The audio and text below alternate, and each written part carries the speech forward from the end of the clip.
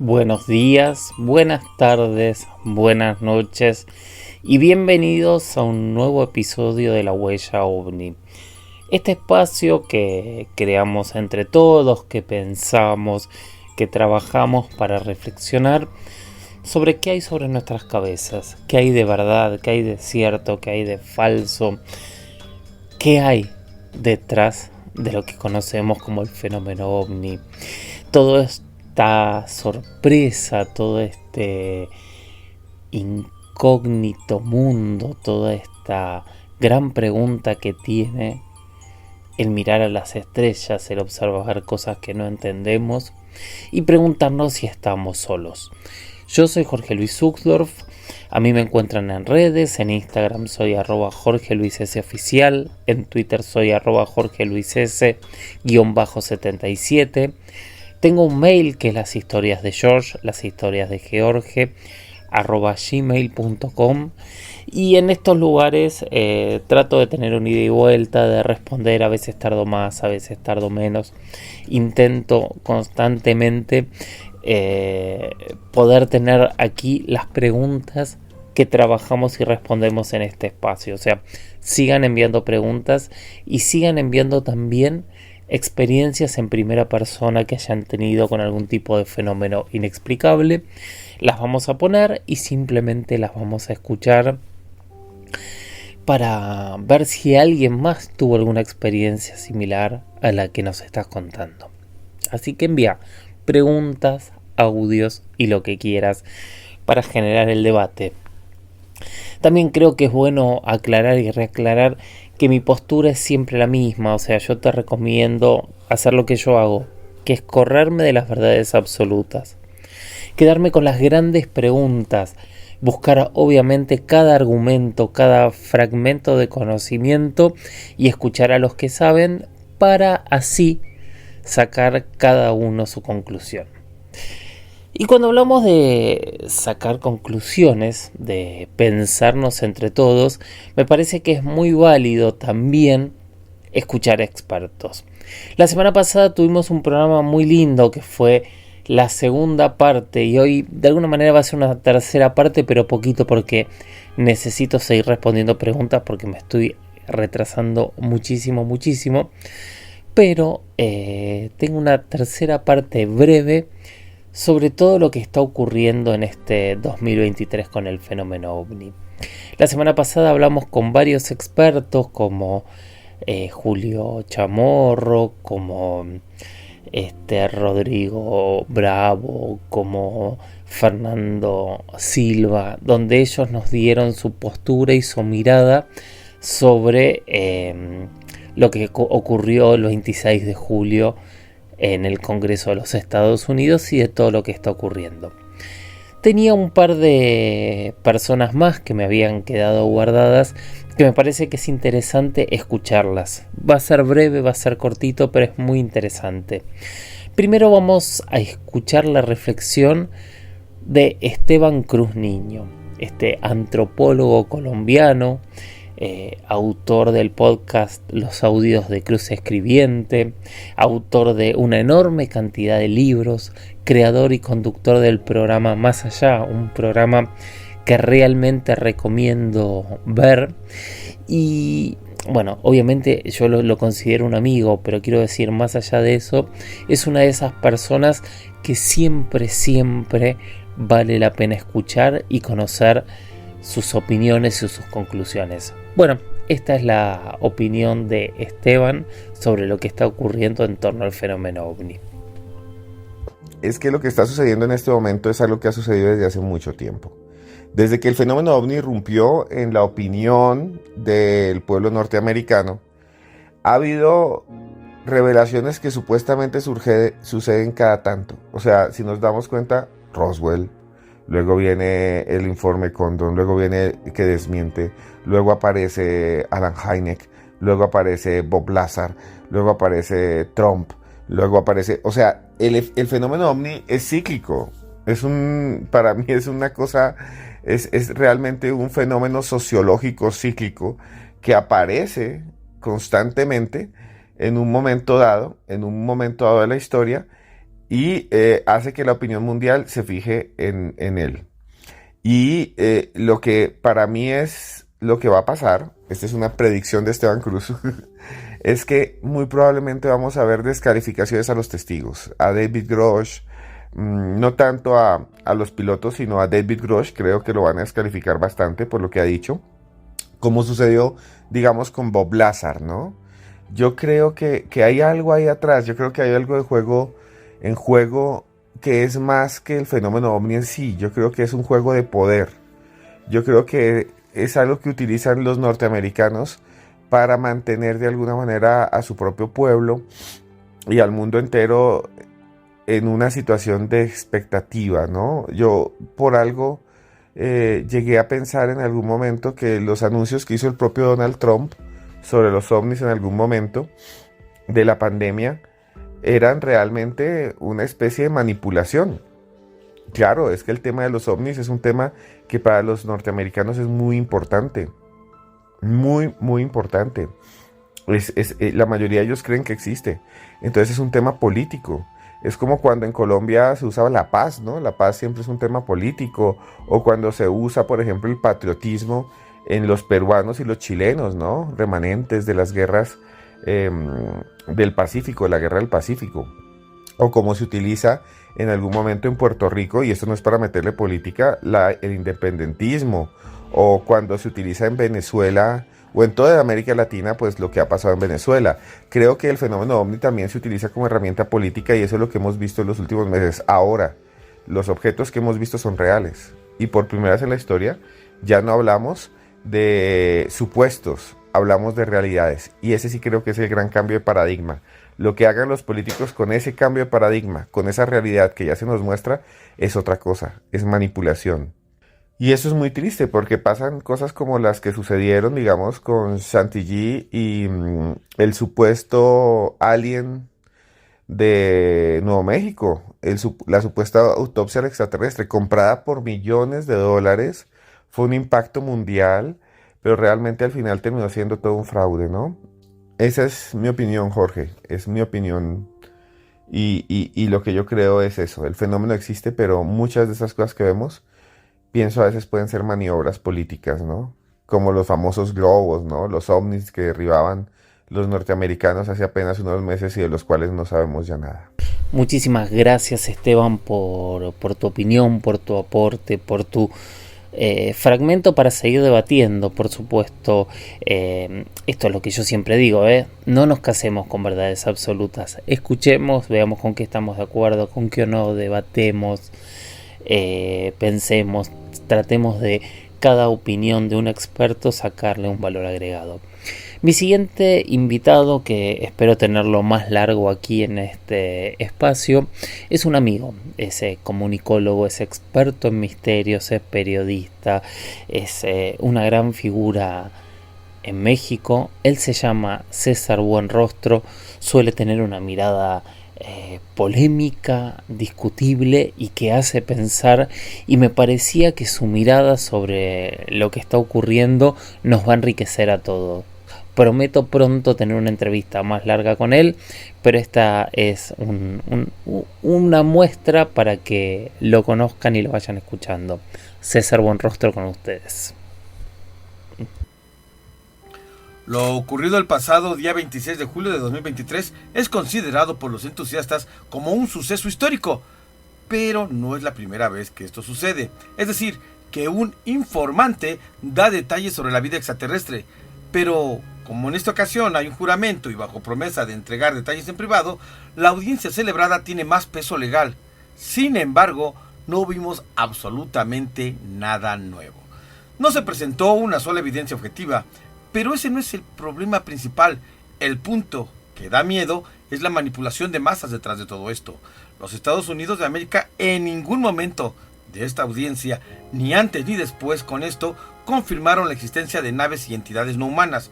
Solo le dieron espacio a 3 personas que aseguraron tener testimonios que ni siquiera son de ellos mismos. No se dio ninguna conferencia de prensa o algún comunicado oficial.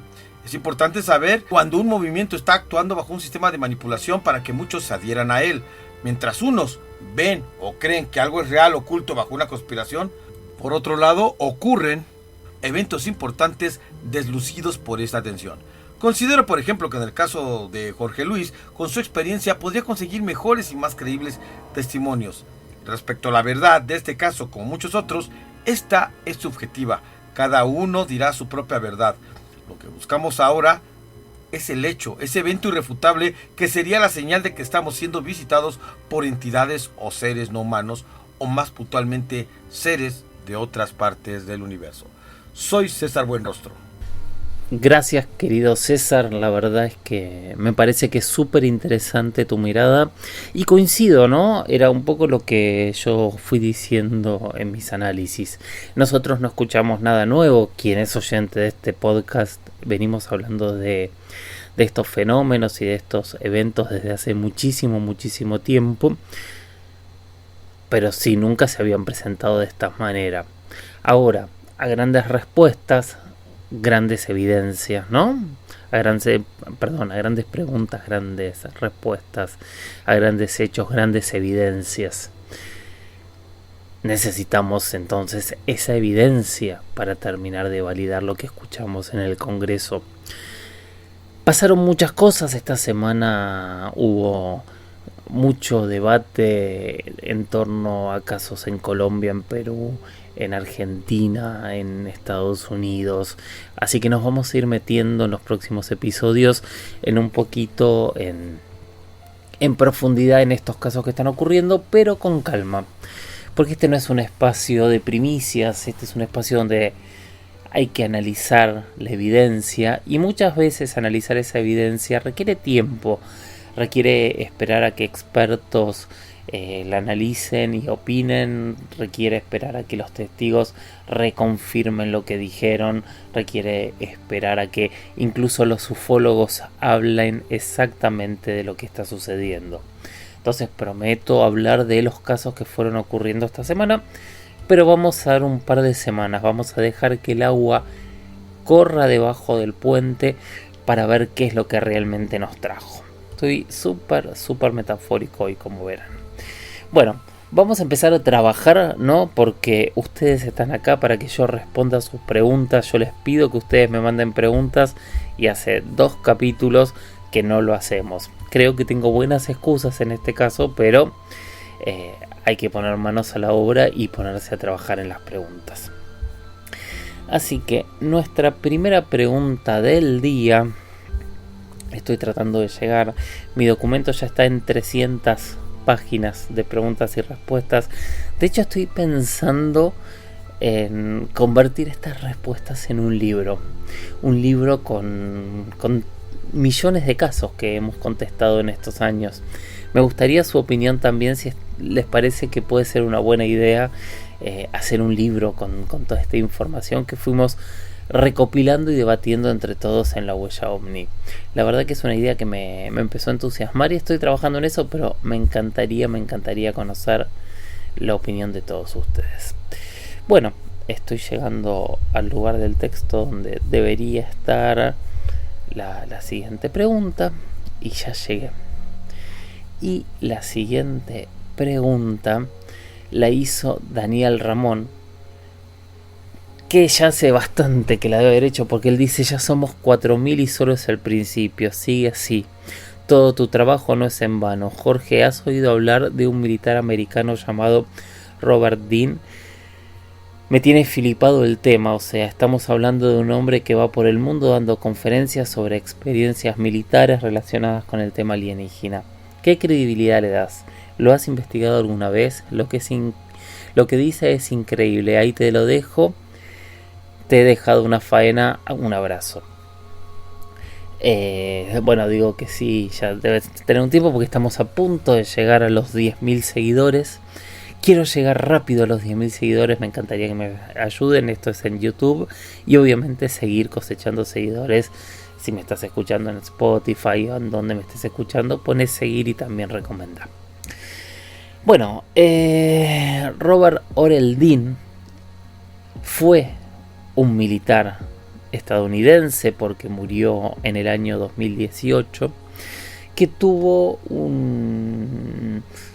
una importancia bastante interesante en el tema ovni, porque él, después de 28 años de carrera, ya por el fin de la década del 70, dejó la milicia, llegó a ser sargento mayor de comando dentro de la OTAN y empezó a vivir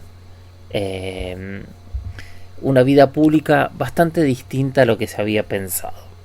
Porque en vez de jubilarse y dedicarse a una vida tranquila, decidió enfrentarse a la sociedad y a lo que conocía, y gritar lo que él pensaba era un secreto que debía saberse, y comenzó a gritarlo a los cuatro vientos. Lo que él contaba es que durante 1963 él había trabajado como analista de inteligencia en la sede suprema del poder aliado de la OTAN en Francia, y ahí, entre diferentes trabajos, una vez le llegó a sus manos un informe que estaba clasificado, según él, como Cosmic Top Secret, como secreto máximo cósmico, y que el título de ese trabajo era La Evaluación, y que era un documento de conclusiones y de investigación del fenómeno ovni que se había llevado adelante entre 1961 y 1962,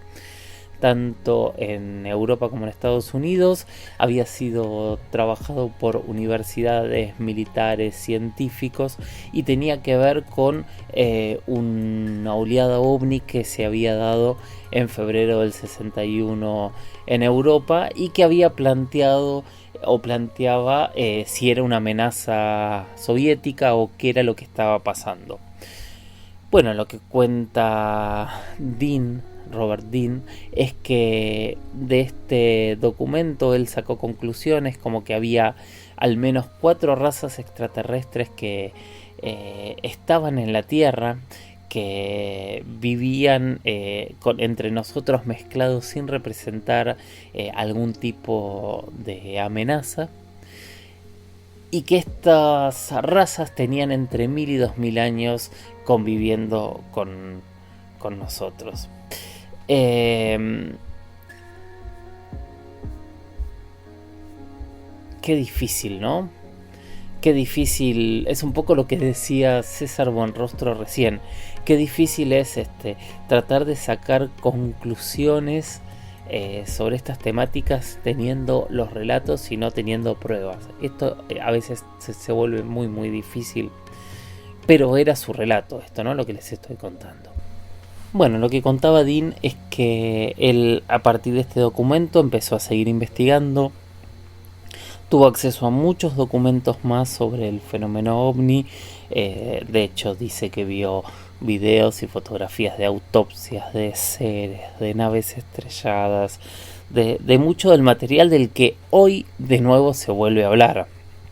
Él dice que lo tuvo en su mano, que en su momento cumplió con el pedido de confidencialidad que le habían exigido sus mandos superiores, y que esto lo mantuvo aproximadamente hasta principios de los años 90, si no me falla la memoria exactamente, hasta el 91, cuando decidió que era tiempo de empezar a contar todo lo que sabía, y a partir de ahí él empezó a hacer conferencias, a participar en algunos programas televisivos, en contar su verdad.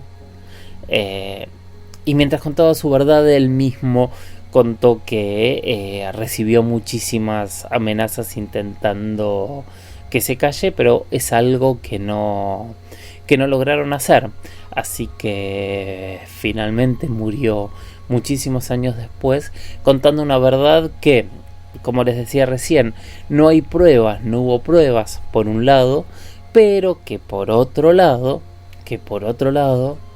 más allá de no tener pruebas, es de lo que volvemos a hablar una y otra vez. Y es esto que es interesante pensar y repensar lo que nos decían nuestros entrevistados. Me olvidaba también, la semana pasada tuvimos una discusión y una reflexión brillante de mi amigo Carlos Clemente también, entre otros, que no lo había nombrado al principio del programa. Pero sí, esto ya pasó, sigue pasando. hoy está en un nivel de compromiso más grande, pero si hay fotos, si hay videos, si hay naves, si hay seres, ¿dónde están esas pruebas irrefutables de que hay algo más y que lo que muchos suponemos que puede ser realmente ocurre? Ese es el paso fundamental que gente como Robert Dean, como Robert Salas, como Elizondo, como tanta gente, como todos los miembros del Disclosure Project, como algunos astronautas de lo que vamos a hablar ahora, y voy spoileando el siguiente tema, nos vienen hablando desde hace décadas y décadas de toda esta información, de Paul Heller, por supuesto, no hay que olvidarse también de Nick Pope, de tanta gente que nos viene hablando hace tanto tiempo de que esto realmente es así. Bueno, es interesante, y a tu pregunta de valoración, a mí me pasan dos cosas. Son grandes afirmaciones sin pruebas. Creo que es un testigo de élite para escuchar y poder sacar conclusiones. Sigo sin casarme con verdades absolutas, y este señor nos propuso muchas verdades absolutas que seguramente para él eran ciertas, pero lamentablemente murió antes de ver cuál era el siguiente paso, ¿no? De ver a sus compañeros estar contando estos mismos relatos frente al Congreso de los Estados Unidos, y seguramente nos falta el último caso en donde estas grandes verdades sean confirmadas o rechazadas. Si son confirmadas, iremos a un nuevo paso. Si son rechazadas, tendremos que repensar y replantear si son rechazadas porque no nos quieren contar la verdad o de verdad no tienen nada. Qué difícil que es esto, ¿no? Porque si nos dicen que no, vamos a seguir buscando y vamos a seguir intentando entender qué es lo que hay sobre nuestras cabezas, porque no hay dudas de que están volando o que hay algo volando alrededor nuestro y que no sabemos qué es. Bueno, espero que después de tanto tiempo te pido disculpas primero que nada, Daniel, y espero que te haya servido o cerrado esta respuesta. Y vamos a ir con la siguiente pregunta, que en realidad esta vez van a ser dos preguntas en una. Ariel Peral escribió: pregunta, escuché a JJ Vallejo hablar de la intervención de un ovni en asistencia a astronautas en el espacio en una situación de desabastecimiento. Me interesa saber de ello, no pude volver a encontrar lo que dijo y sinceramente me pareció una pregunta más para vos que para Google.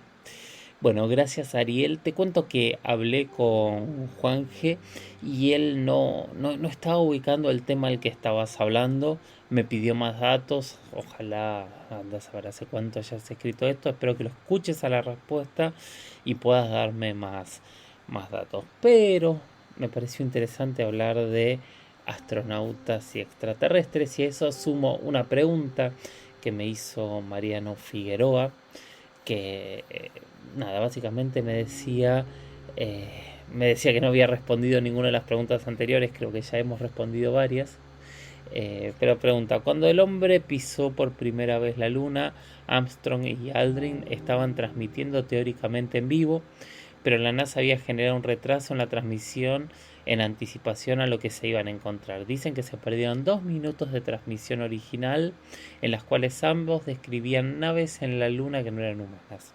Se dice que los radioaficionados pudieron escuchar la transmisión en vivo, etcétera, etcétera. ¿Qué sabes al respecto?, me preguntan. Efectivamente hay una historia detrás de esto.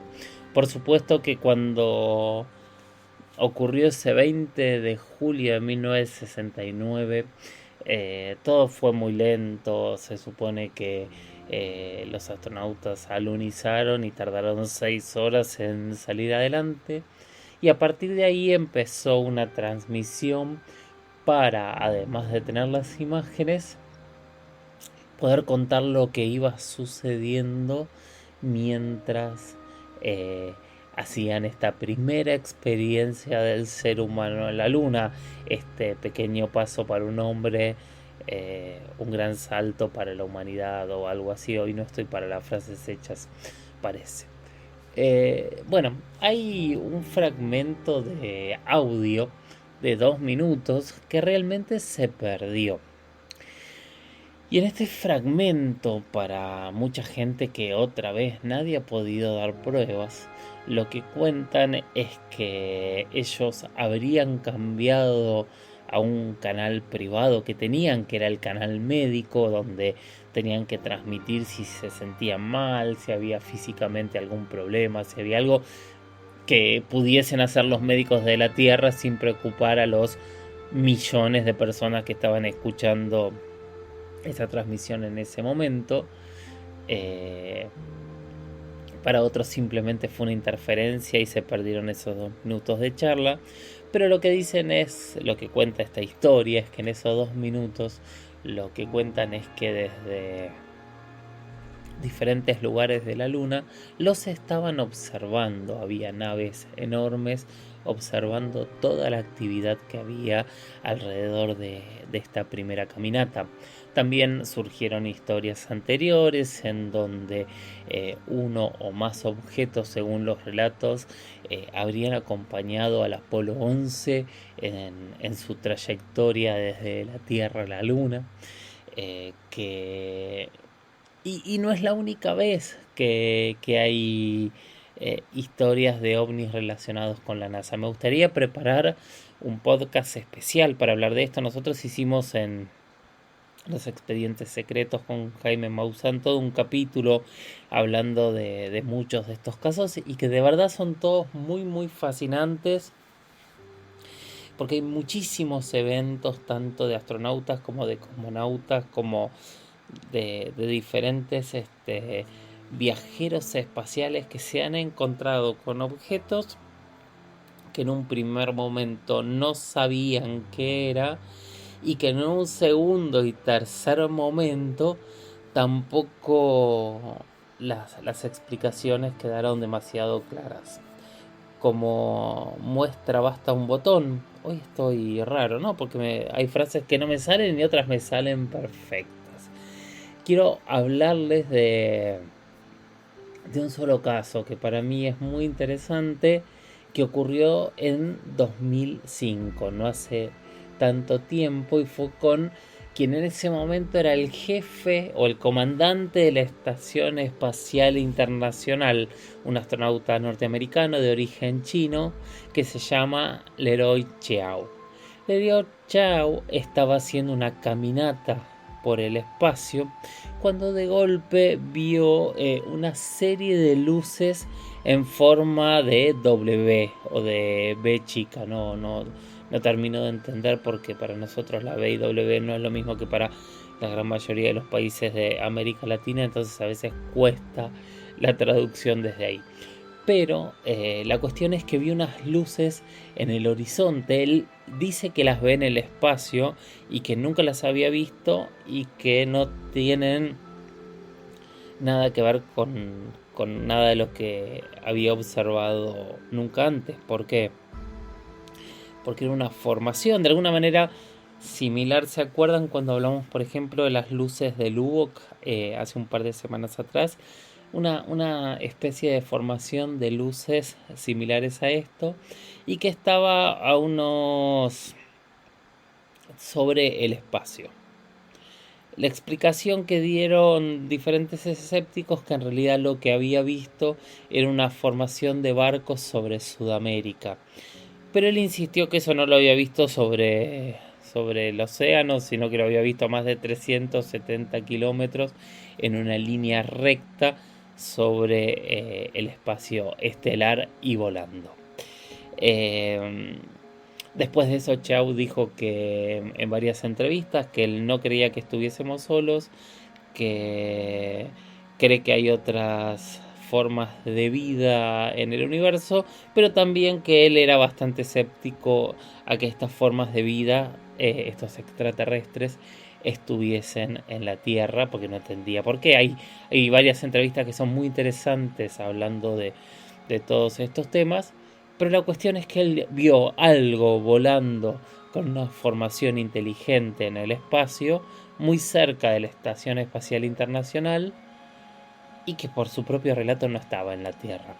Obviamente, a esta explicación habrá que ser un experto en espacio para entender si puede haber algún tipo de reflejo de la Tierra en la atmósfera, pero me parece que mínimo es extraño, o al menos sería algo normal, ¿no? Porque la Estación Espacial Internacional pasa constantemente sobre los océanos que nos están depredando en Sudamérica, y hubiese visto muchas veces estas luces, que es cierto, a veces hay aviones que se han confundido luces en el océano pensando que están en el cielo, pero aquí estamos hablando de algo que está muchísimo más arriba. Bueno, nuestra próxima experiencia la envió Marx Suárez, que debe ser Marce Suárez, pero no lo sé, y le ocurrió en 2018 y espero que la disfruten. Buenos días, buenas tardes, buenas noches, querido Jorge. Quería dejarte mi pequeña experiencia personal, que hasta el día de hoy, sinceramente, no sé ni entiendo muy bien lo que vi. Esto sucedió en plena Nochebuena del año 2018. Se habían hecho las 12 de la noche, justo estamos brindando en familia. Esto pasa en la ciudad de Villa Ballester. Para la gente de otros países que te escuchan, es más o menos unos 20 kilómetros al norte de la ciudad autónoma de Buenos Aires. Estamos hablando de una ciudad urbanizada. Festejando en familia, brindando, tipo 12:15 más o menos. Yo me separo de la familia, me voy atrás al jardín porque quería ver fuegos artificiales, si había algún globo aerostático de esos que la gente manda al cielo. Estamos hablando de una noche de verano.